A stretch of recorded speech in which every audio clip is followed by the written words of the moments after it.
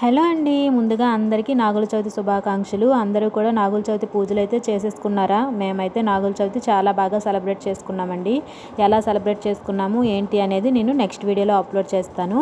నాగుల చవితి రోజు పుట్టలో పాలు పోసుకుంటే మనకి ఉండే హెల్త్ ఇష్యూస్ ఏమైనా సరే పోతాయనేసి అందరూ నమ్ముతూ ఉంటారండి.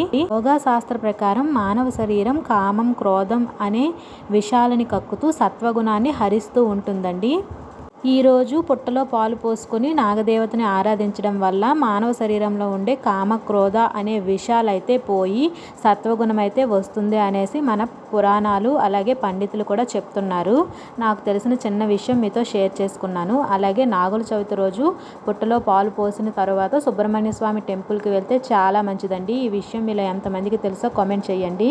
వివాహం కాని వారు కానీ లేదంటే ఏవైనా ఆరోగ్య సమస్యలు ఉన్నవారు అలాంటి వారు నాగుల చవితి రోజు పుట్టలో పాలు పోసుకున్న తర్వాత సుబ్రహ్మణ్య స్వామి టెంపుల్కి వెళ్ళి పూజ చేయించుకుంటే తొందరగా వివాహం అవుతుందండి. ఈ పుట్టలో పాలు పోయటం వల్ల సర్వ రోగాలు కూడా నశించి ఆరోగ్యంగా ఉంటారు అనేసి అయితే చెప్తూ ఉంటారు. అలాగే ఈ నాగుల చవితి రోజు పుట్టలో పాలు పోయడం వల్ల మన జాతకంలో ఏవైనా రాహుకేతు దోషాలు కానీ, కుజ దోషాలు కానీ, కాలసర్ప దోషాలు కానీ ఇలాంటివి అవన్నీ ఉన్నాయని మనకి తెలియదు కదండి. ఒకవేళ ఉన్నట్లుంటే ఈ పుట్టలో పాలు పోయడం వల్ల అటువంటి దోషాలన్నీ కూడా హరించుకొని పోతాయనేసి పండితులు అయితే చెప్తున్నారు.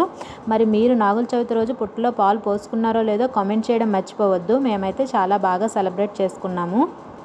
ఒకవేళ సుబ్రహ్మణ్య స్వామి టెంపుల్కి వెళ్ళలేని వారు ఎవరైనా ఉంటే మాత్రం ఇంట్లోనైనా సరే సుబ్రహ్మణ్య స్వామిని ఆరాధిస్తూ ఒక దీపం పెట్టుకుంటే చాలా మంచిదటండి. ఎవరైనా సరే ఒకవేళ ఉదయం పెట్టలేని వారు ఉంటే ఈవినింగ్ పూట అయినా సుబ్రహ్మణ్య స్వామికి ఒక దీపం వెలిగించుకొని సుబ్రహ్మణ్య అష్టకం మనకి ఫోన్లో కూడా అవైలబుల్గా ఉంటుంది. చదువుకున్నట్లయితే దోషాలు ఏమైనా ఉంటే పోయి చాలా మంచి జరుగుతుందండి. పెళ్లి కాని వారైతే ఖచ్చితంగా చెయ్యండి. మీకు సరైన జీవిత భాగస్వామి కూడా దొరుకుతుందనేసి పండితులు అయితే చెప్తున్నారు. ఇంకా ఈరోజు మా లంచ్ కోసం అయితే బొప్పాయి కాయతో ఫ్రై చేస్తున్నాను. చాలా టేస్ట్గా అయితే ఉందండి. ఎవరైనా ట్రై చేయాలంటే ట్రై చేయండి. బొప్పాయి అంటే మీరు ఎంతమందికి ఇష్టమో కూడా కామెంట్ చేయండి. ఈ బొప్పాయి కర్రీని ఎక్కువగా బాలింతలకి పెడుతూ ఉంటారండి. పిల్లలకి పాలు బాగా వస్తాయి అనేసి అయితే అంటూ ఉంటారు. నేనైతే ఇలా ఫ్రైలా చేశాను. కొంతమంది కూర కూడా చేస్తారు. ఇంక ఈ వీడియో కనుక మీకు నచ్చితే వీడియోకి ఒక లైక్ ఇవ్వండి. ఇలాంటి మరిన్ని వీడియోస్ కోసం మన ఛానల్ని సబ్స్క్రైబ్ చేసుకొని ఫాలో అవుతూ ఉండండి. బొప్పాయి కూర అయితే సింపుల్గా తాలింపు వేసేసుకొని బొప్పాయి ముక్కలు కట్ చేసి వేసేసుకొని మన టేస్ట్కి సరిపడా ఉప్పు, పసుపు, కారం అన్నీ కూడా వేసేసుకొని బాగా ఫ్రై అవనిస్తే కర్రీ అయితే రెడీ అయిపోతుందండి. ఇంతే వీడియో. Bye bye.